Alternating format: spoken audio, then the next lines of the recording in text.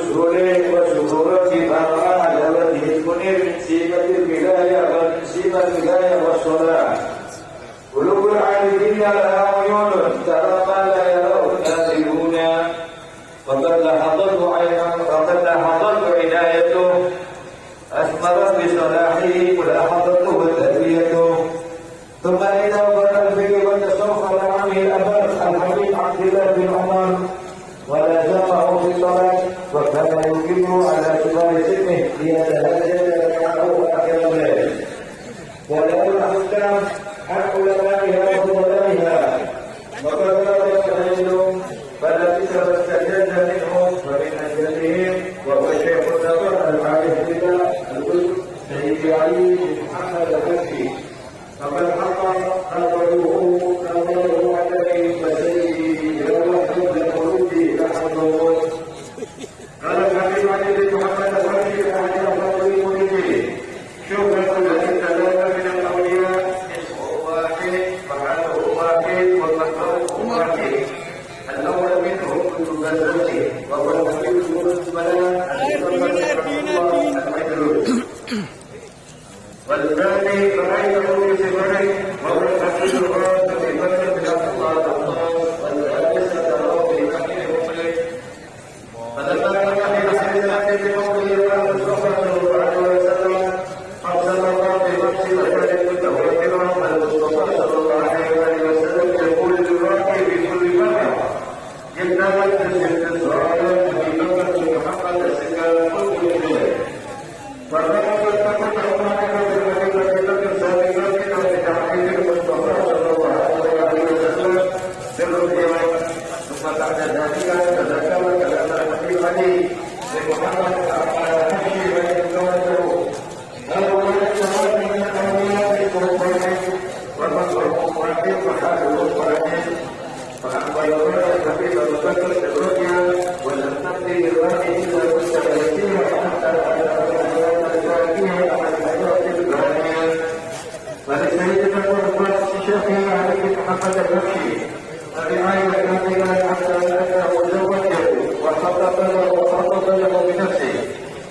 والثاني شيخ التربية الكبير العلماء أبا عبد الله بن عمر السلام الإمام قطب المدينة الحبيب محمد بن إدريس العاشي. والرابع شيخ المنتهى الوزير الحبيب الحباب بن أحمد بن بلبان. وكثيرا ما يبشره بذلك حتى يعود عن جده عمر بن سكار. وقال سيدي أحلام جلسات العلماء وأولياء العرب يسيرون دليل غيرهما: الحبيب محمد بن علي السكار، والحبيب إدريس بن محمد بن عمر الحبشي، والحبيب أحمد بن حسان الأنصاري، والحبيب عبد الرحمن المشهور بن حبيب علي المشهور، والحبيب شيخ بن عيدروس الإدروس وغيرهم. ثم في السنة 1302 عاد سيدي إلى الجواب بتحيته الحبيب العلامة علوي بن السكار وفصلنا بلد سلطين. ثم في السنة 1305 فحل منها إلى بلد كرسي وأرجو في عاصمة الشيعة وعمر الإسلام 20 سنة، واتصل أخلاق إجازة وهي الماسة كمن استمر في فولكلور الإندونيسيا كالحبيب عبد الله بن محسن الأطاس، والحبيب عبد الله بن علي الفتان، الحبيب أحمد بن عبد الله الأطاس، الحبيب أبو بكر بن عمر بن يحيى، والحبيب محمد بن إدريس العبسي، والحبيب محمد بن أحمد فقال وغيره رضي الله تعالى عنهم أجمعين. وفي السنة 1321 وذلك في يوم الجمعة والخطيب على المنبر حصل لسيد ابن رباني والفضل الرحمن، وذلك أنه خطر بباله أنه يعتزل الناس غالبا من حينه، وانشرح صدره باعتزال وعاد إلى الحال في المسجد الجامع حفظ أن خطر وذلك الخاطر إلى بيته، فاعتزل الناس من حينه. ومكث سيدي في خلوته 15 سنة جليس ربه. وفي الابتداء والوجه رضي الله تعالى خلى الفجر شخص الحجرة ولم يحدث منه قط، وخشي الزلزال وقبل الشفاء في عبد الباقي السكار، فظنت أنه مصاب بالسحر أو الجن، فأعتقد بعض الذين يعرفون الأخبار النفسية ولم يستطيعوا الاكتشاف عن حاله. وقد تبين الحديث عن الظاهر في الجبال وأخبره عن حاله وعما تقره. فقال الحبيب عبد الباقي: لا تخافي حتى الشيطان لا يستطيع الخروج منه. وحين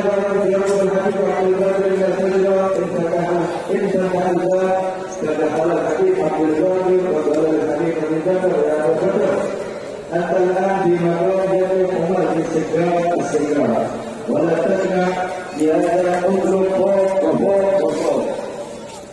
ولما من الله بخروجه حتى إليه الشيخ والحبيب محمد بن يوسف الحبشي فأشار عليه الخروج وقال طلقنا وتوجهنا إلى الله 3 ليال خاصة بخروج أبي بكر بن محمد السجارة فأخذ بيد سيدي وأخرجه من خلوته فسأل من معيني وزمن الكبير الولي الشهير الذي وقال الكريم الحبيب علي بن محمد هاشم السجارة أخذ الله تعالى من مجده وعمل زيادة على كل مدينة سوريا إلى بلاد الحبيب عبد الله بن عمر السجارة والحبيب محمد الحاضرين وجوار جلسته هذه خزانة العالمي فتحناها بنفس الآية الخاص من خطوة الآن وعمل ذلك فوق الهجرة والقراءة في بيته وكان مجال للمؤمنين وتعمل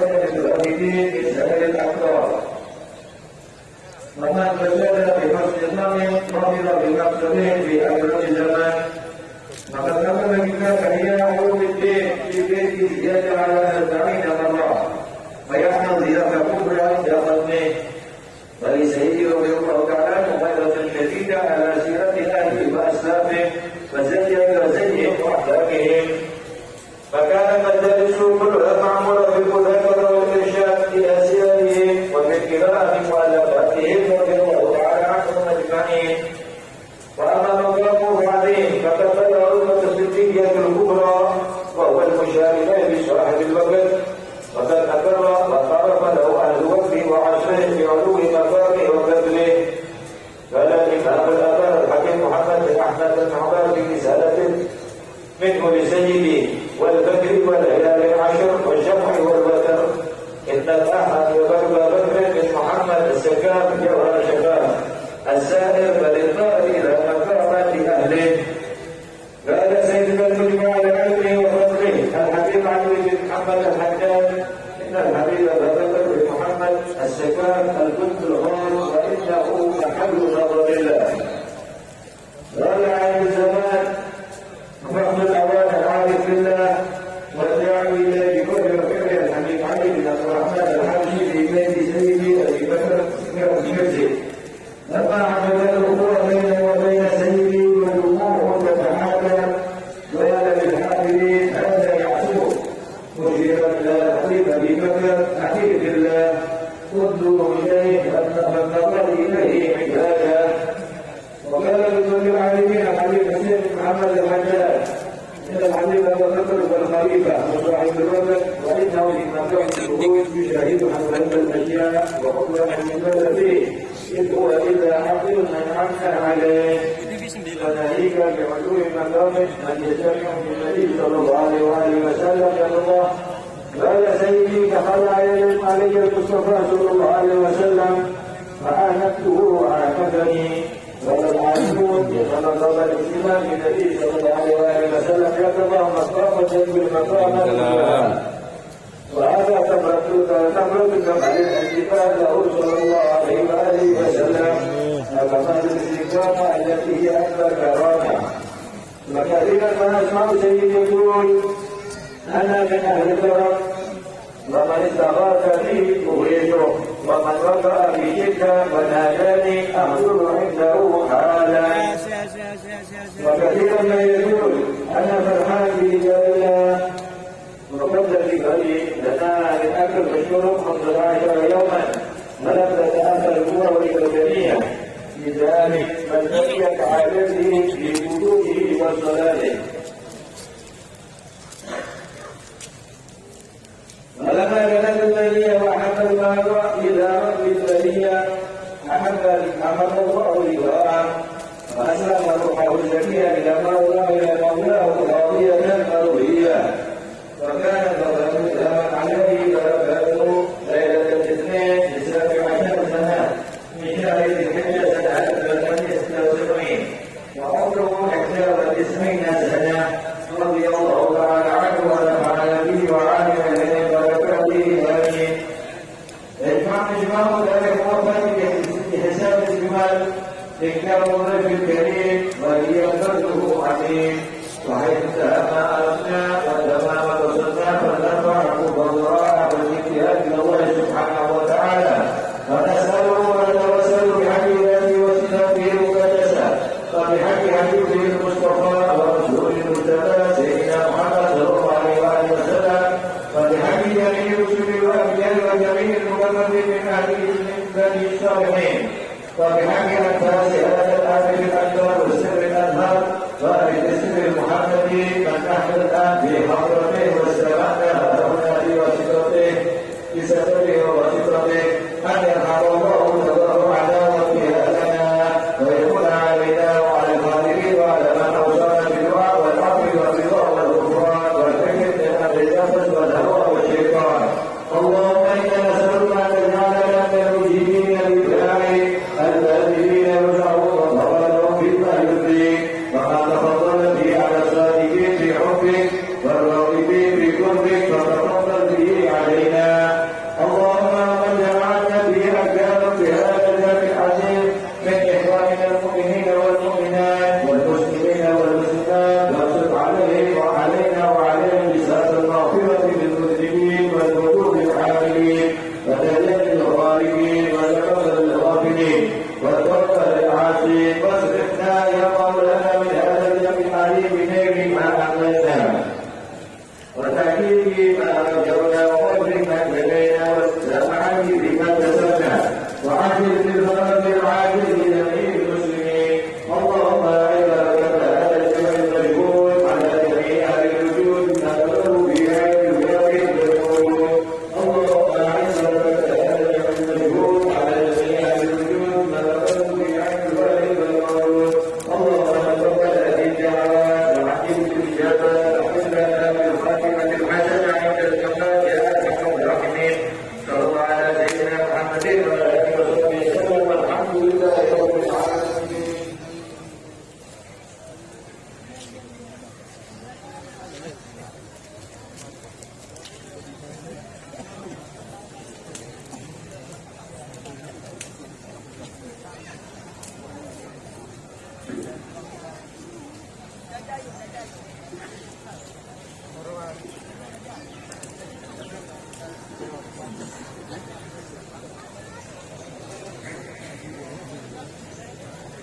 Assalamualaikum warahmatullahi wabarakatuh. Alhamdulillah rabbil alamin. Wassalatu wassalamu ala asyrafil anbiya'i wal mursalin sayyidina wa nabiyyina Muhammadin wa ala alihi wa ashabihi ajma'in. Amma ba'd. Hadirin yang dimuliakan oleh Allah Subhanahu wa taala. Di sini akan kami sampaikan ringkasan dari manaqib Al-Habib Al-Imam Al-Qutb Al-Habib Abu Bakar bin Muhammad bin Umar As-Sagaf yang tadi dibacakan. Kami sampaikan riwayat hidup beliau secara singkat dan beberapa faedah dari kalam beliau yang insya Allah bermanfaat untuk kita semua. Bismillahirrahmanirrahim. Segala puji bagi Allah Subhanahu wa taala, Tuhan seluruh sekalian alam.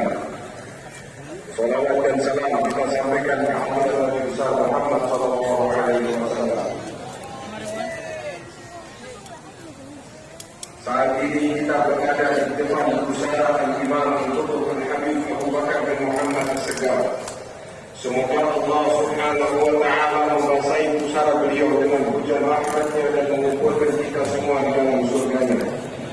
Nasab beliau adalah Abu Bakar bin Muhammad bin Umar bin Abi Bakar bin Imam Wali Al-Ahbab Al-Habib Umar bin Sagaf As-Sagaf. Nasab ini bersambung terus hingga kepada junjungan kita Nabi besar Muhammad sallallahu alaihi wasallam. Al-Habib Abu Bakar dilahirkan pada tahun 1285 Hijriah di kota Besuki, Jawa Timur.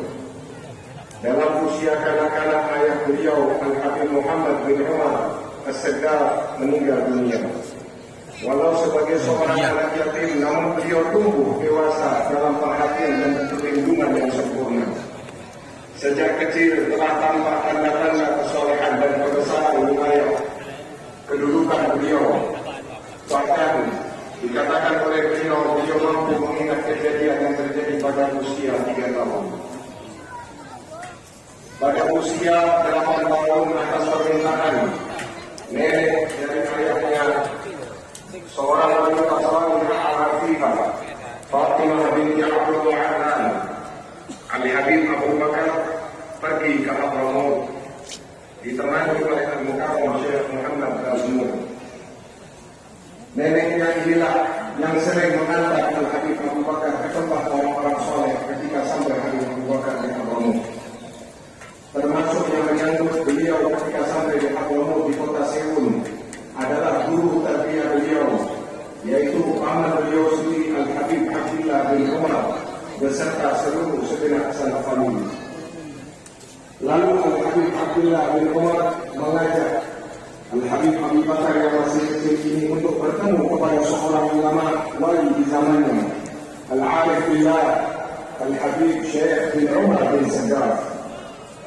Sewaktu bertemu dengan Al-Habib Syekh, Al-Habib Syekh meletakkan Al-Habib Abu Bakar yang masih kecil ini di atas pangkuannya dengan disambut tangis kegembiraan atas kedatangan Al-Habib Abu Bakar. Tangisan Al-Habib Syekh terjadi karena melihat pancaran wajah tanda-tanda kebesaran wilayah dan kesalehan yang tampak pada wajah Al-Habib Abu Bakar yang masih kecil.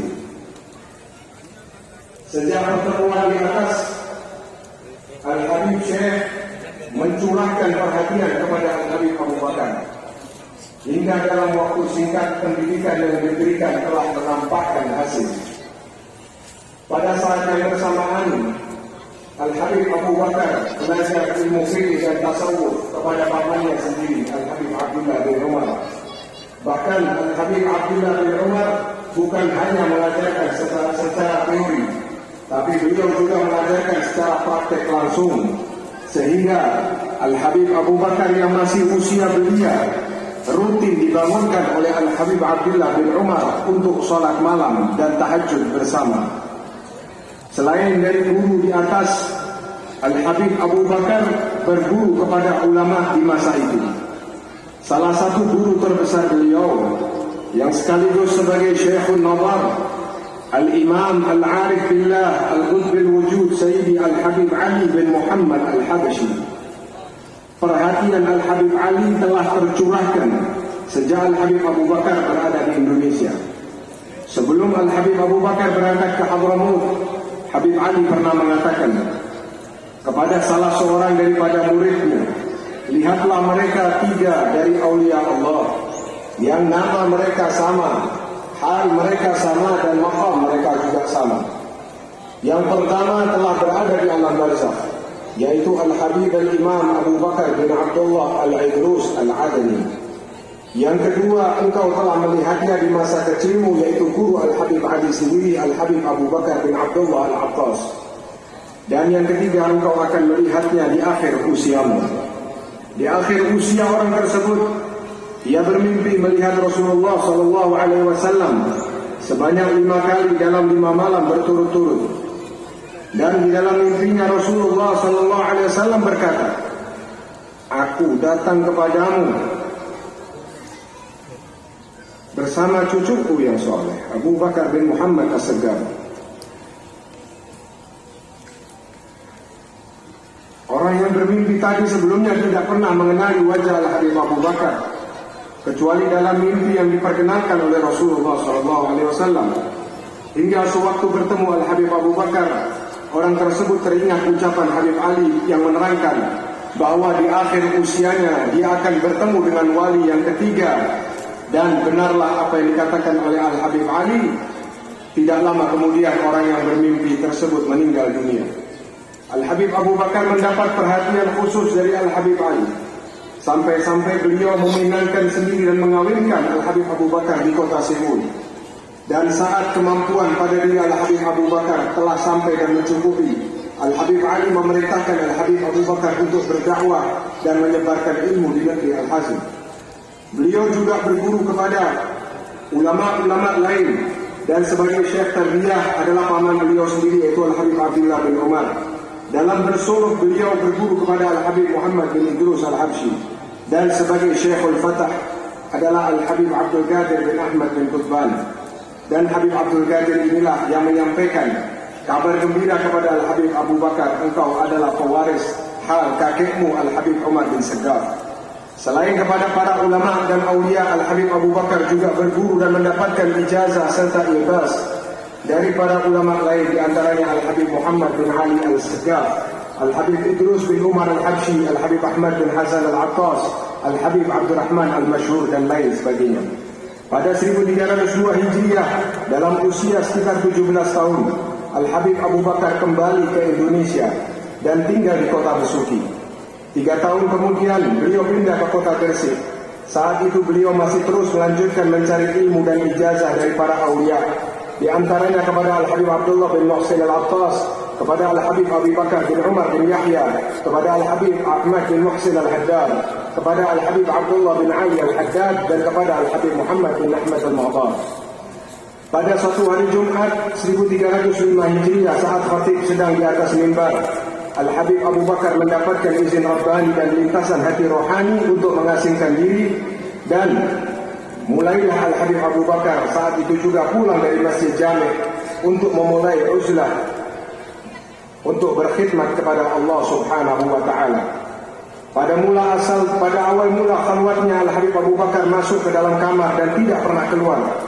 Istri beliau Al-Hubabah Syifa binti Abdul Qadir mulai mengkhawatirkan keadaan beliau. Beliau khawatir Al-Habib Abu Bakar terkena gangguan sihir atau jin. Tapi Al-Hubabah Syifa mendatangi banyak tabib, tapi tidak ada yang mampu mengetahui penyebabnya. Setelah beberapa lama, Al-Habib Abdul Qadir bin Ahmad bin Qutban, guru beliau, datang mengunjungi rumah Al-Habib Abu Bakar. Al-Hubabah Syifa menyambutnya dan mengabarkan mengenai keadaan Habib Abu Bakar serta kekhawatirannya. Habib Abdul Qadir menerangkan kepada Hubabah Syifa, sesungguhnya engkau tidak perlu khawatir karena syaitan pun tidak mampu mendekatinya. Saat Habib Abdul Qadir mendekati kamar uzlah, pintu itu terbuka. Habib Abdul Qadir masuk dan bertemu dengan Al-Habib Abu Bakar. Habib Abdul Qadir mengatakan kepada Habib Abu Bakar, "Ya Abu Bakar, engkau sekarang ini telah berada di maqam kakekmu Al-Habib Umar bin Segaf. Tapi janganlah engkau merasa puas. Teruslah cari maqam yang lebih tinggi, yang lebih tinggi dan lebih tinggi lagi." 15 tahun Al-Habib Abu Bakar bin Muhammad As-Segaf menjalani khalwatnya berkhidmat kepada Allah. Saat Allah memberinya izin keluar, datang guru beliau Al-Habib Muhammad bin Idrus yang memberinya isyarat untuk keluar. Kami memohon dan bertawajuh kepada Allah selama 3 hari 3 malam secara khusus untuk mengeluarkan Abu Bakar bin Muhammad As-Segaf dari khalwatnya. Lalu Al-Habib Muhammad menggandeng tangan beliau dan mengajaknya keluar dari tempat khalwat. Kemudian bersama-sama menziarahi seorang wali yang termasyhur yang saat ini kita juga berada di hadapannya, Al-Habib Ali bin Muhammad Hashim Segaf. Setelah melakukan ziarah, Al-Habib Abu Bakar diajak ke kota Surabaya dan di hadapan para hadirin yang ada di majlis, sambil menunjuk kepada Al-Habib Abu Bakar, Al-Habib Muhammad bin Idrus mengatakan, "Ini adalah gudang dari semua gudang Al-Bani Alawi. Aku telah membukanya untuk memberi kemanfaatan kepada manusia, baik yang khusus maupun yang awam." Setelah peristiwa di atas, selanjutnya Al-Habib Abu Bakar mengadakan majlis ta'lim di rumahnya. Selama hidup beliau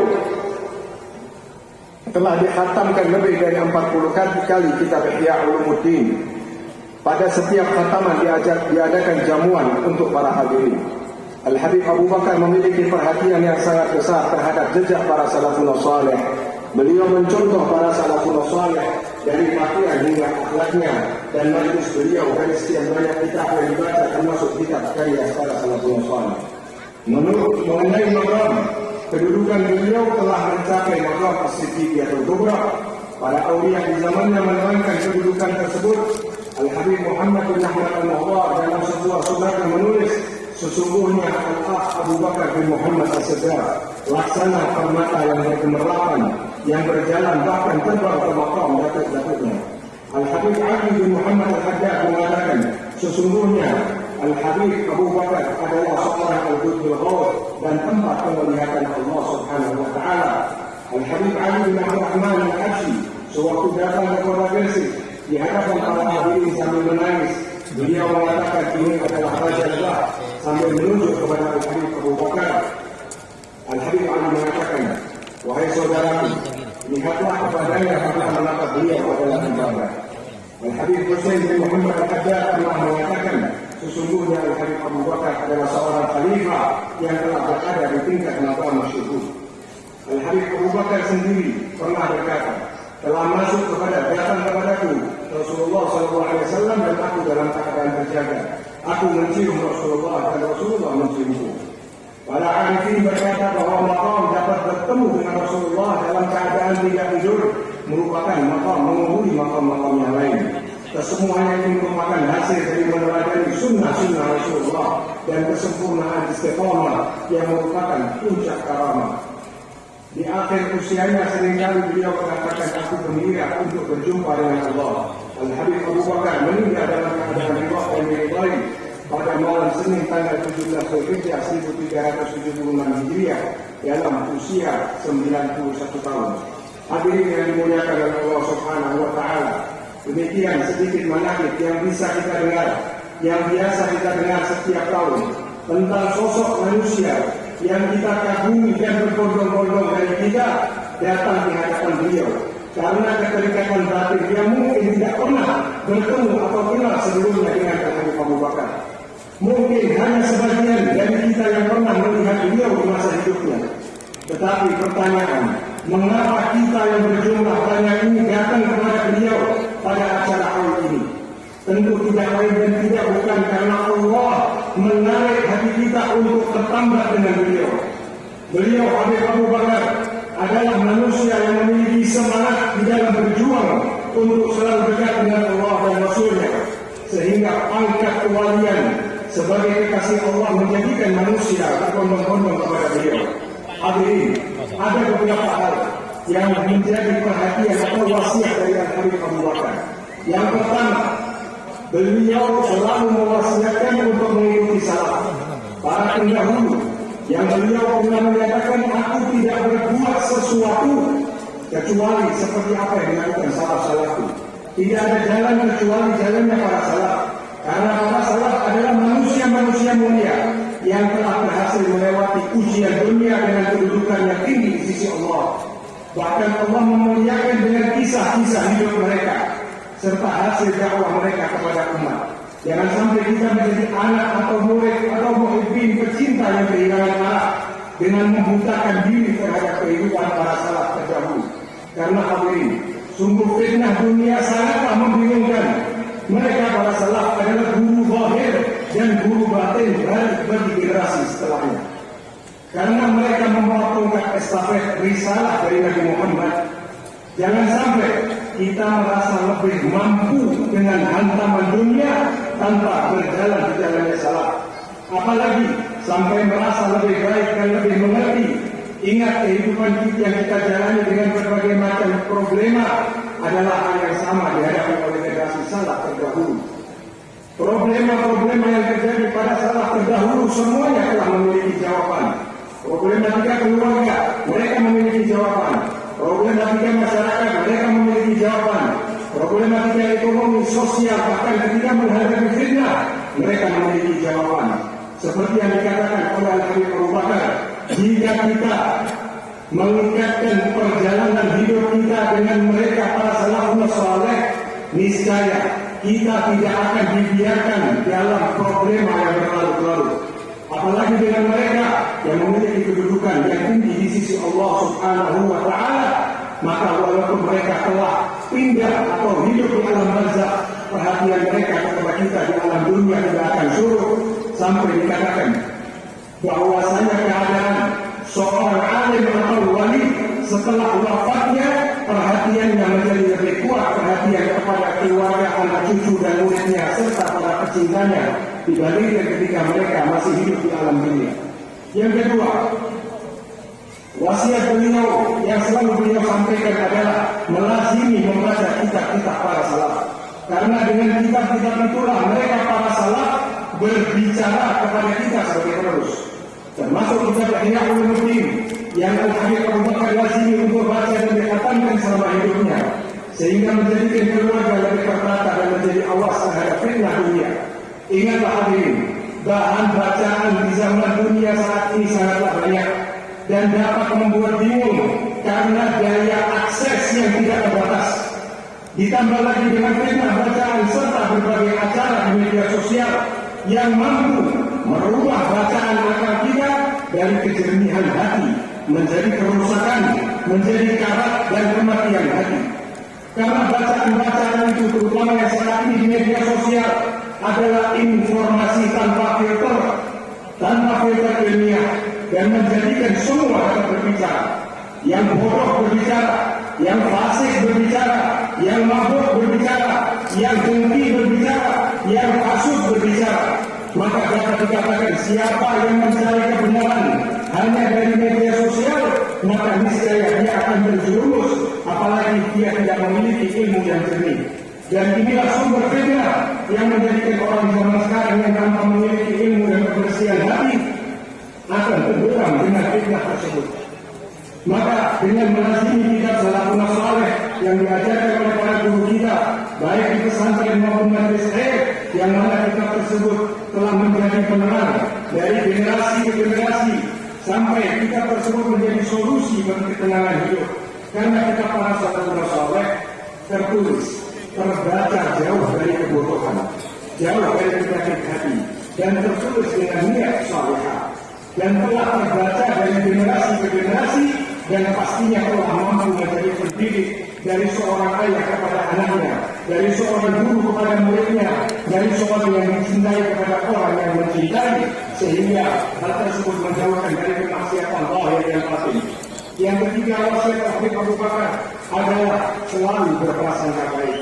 Karena prasangka baik adalah pintu rahmatnya Allah, dan prasangka baik adalah sesuatu yang menjadikan ruh ringan di dalam amal saleh. Seseorang yang selalu berprasangka baik, jika hal yang diprasangkakan baik itu terjadi, maka dia mendapatkan faedah dan kemuliaan, dan jika yang diprasangkakan salah, dia pun tidak rugi. Manusia jika menjaga prasangka baik kepada manusia, maka jika tidak menjaga prasangka baik kepada manusia, kata Al-Habib Abu Bakar, ditakutkan dia tidak bisa berprasangka baik kepada Allah Subhanahu wa Ta'ala. Karena prasangka buruk terus-menerus kepada manusia adalah pembentukan modal hati menuju prasangka buruk kepada Allah. Dan ditakuti orang yang selalu berprasangka buruk adalah orang yang dicap sesuai hadis Nabi Sallallahu Alaihi Wasallam. Rasul pernah mengatakan, maukah engkau memberitahu seburuk-buruk manusia? Maka sahabat menjawab, tentu ya Rasulullah. Maka Rasulullah mengatakan seburuk-buruk manusia adalah orang yang selalu hidupnya menjelek-jelekan, mengadu domba satu sama lain. Yang kedua adalah orang yang selalu menjelek-jelekan orang-orang yang saling mengasihi. Yang ketiga, orang yang paling buruk di dunia adalah orang yang suka mencari kesalahan orang yang tidak berbuat dosa dan berusaha untuk menyusahkan orang yang tidak berbuat dosa. Karena inilah ciri seburuk-buruk manusia yang disampaikan oleh Nabi Muhammad Sallallahu Alaihi Wasallam. Yang keempat, wasiat Al-Habib Abu Bakar adalah mengenakan pakaian salah dan menunjukkan identitasmu sebagai seorang Muslim yang mampu mencegahmu dari tempat-tempat yang tidak pantas, termasuk pakaian pikiran dan hatimu terjaga dari pikiran yang melenceng, dari jalan para salaf yang mampu mencegahmu dari pemikiran-pemikiran yang menjadikan engkau beradab dengan salah-salahku. Masih banyak nasihat dan wasiat ini yang bisa kami sampaikan di antara 4 wasiat Al-Habib Abu Bakar yang bisa kita sampaikan dan menjadi oleh-oleh bagi kita. Semoga wasiat ini bisa kita jalankan dan insya Allah kedatangan kita di tempat ini tidak lain dan tidak bukan kita berprasangka baik bahwa Allah akan mengabulkan doa-doa kita dengan berkat Al-Habib Abu Bakar dan Muhammad As-Segaf, dan kita meminta kepada Allah dengan berkat Al-Habib Abu Bakar agar Allah mengampuni dosa-dosa kita, Allah mengampuni kesalahan-kesalahan kita, Allah terima amal ibadah kita, Allah angkat derajat kita, Allah angkat fitnah dari negara kita, Allah angkat fitnah dari masyarakat kita, fitnah dari orang-orang yang hasud, fitnah dari orang-orang yang iri dengki, fitnah yang membuat tercerai-beraikannya umat Nabi Muhammad Sallallahu Alaihi Wasallam. Kita panggil Al-Habib Abu Bakar agar beliau dapat menolong kita dengan doa kepada Allah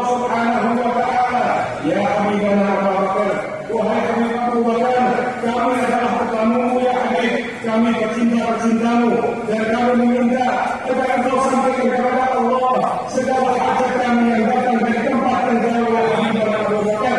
Engkau tidak akan menyia-nyiakan sesuai dengan perkataanmu di masa hidupmu. Engkau tidak akan menyia-nyiakan orang yang datang kepadamu, baik yang datang untuk urusan dunianya maupun urusan akhiratnya ya Habib. Kami pecinta-pecintamu, kami adalah anak-anakmu, kami adalah murid-muridmu ya Habib. Orang lain mampu mendapatkan keberkahan darimu ya Habib. Ayat jumlah amin banu fulanin wa yaramuhu banu al-akrabuna. Kami adalah pecintamu ya Habib. Kami berharap engkau memberikan kepada kami sesuatu ketika kami pulang dari tempat ini ya Habib Abu Bakar. Kami mendapatkan keamanan dalam keluarga kami, mendapatkan ketenangan di dalam ibadah, dan semuanya menjadikan kami dekat denganmu. Dan tidak lepas ya Habib tali ini, tali keyakinan kami kepadamu sampai kami wafat, sampai kami berpisah di alam dunia ya Habib Abu Bakar. Sesungguhnya gurumu Al-Habib Ali telah mengatakan man dakhal bi hikmah. Sesungguhnya guru kamu Al-Habib Ali bin Muhammad Al-Habsyi mengatakan wa man dakhal bi hikmah la yakhaf. Yang masuk di dalam perlindunganmu tidak akan merasa takut, tidak akan merasa rugi, tidak akan merasa terjerumuskan. Dan kami yakin itu datang kepada kami ya Habib Abu Bakar. Kami meminta terakhir bagi kami ya Habib Abu Bakar, andai kata telah datang waktunya bagi kami untuk berpisah di alam dunia, sebagai saksi ya Habib Abu Bakar, kami pecintamu, kami minta kami yang hadir kembali ya Habib Abu Bakar ketika malaikat Israel datang kepada kami. Temani kami ketika kami mengucapkan la ilaha illallah. Temani kami ketika kami mengucapkan la ilaha illallah, sehingga ketika roh kami lepas dari jasad kami ya Habib, engkau ganti roh kami untuk engkau pertemukan dengan kakekmu Nabi besar Muhammad sallallahu alaihi wasallam, dan akhirnya kami masuk di dalam barzakh kami yang menjadikan rawdah min riyadil jannah. Ya Allah, berkat salaf-salaf kami, berilah keberkahan kepada anak-anak kami, jauhkan dari fitnah, jauhkan dari musibah, jauhkan dari penyakit-penyakit hati. Berkat salaf kami ya Allah, rabbi tanfa'na bi barakatihim wa hdina ila hurmatihim wa amitna bi tariqatihim wa muhaqqaqan lil fitan wa sallallahu alaihi wasallam Muhammad wa ala alihi wasallam. Alhamdulillahi rabbil alamin.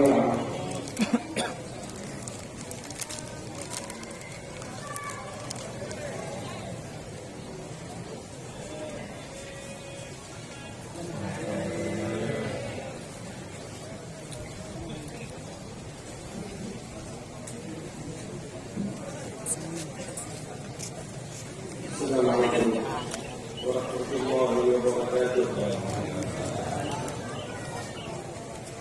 Bismillah, alhamdulillah, wassalatu wassalamu ala rasulillah Sayyidina Muhammad bin Abdullah wa ala alihi wa sahbihi wa man walah wa ba'd. Alhamdulillah, Allah pertemukan kita kembali dengan acara penyakit hadir di tahun yang lalu. Mudah-mudahan insyaAllah acara ini bukan yang terakhir yang kita hadiri. Allah sampaikan insyaAllah di tahun yang berikutnya dalam keadaan sehat walafiat. Amin ya rabbal alamin. Kemarin dikatakan oleh Al-Akh Al-Habib Abu Bakar bin Ali dengan Habib Abu Bakar Muhammad Al-Sigar Kalam daripada sahabat Habib Abu Bakar, yang artinya saya tidak pernah menganjurkan kecuali hendaknya kita benar-benar mengikuti tariqatnya salaf, dan kita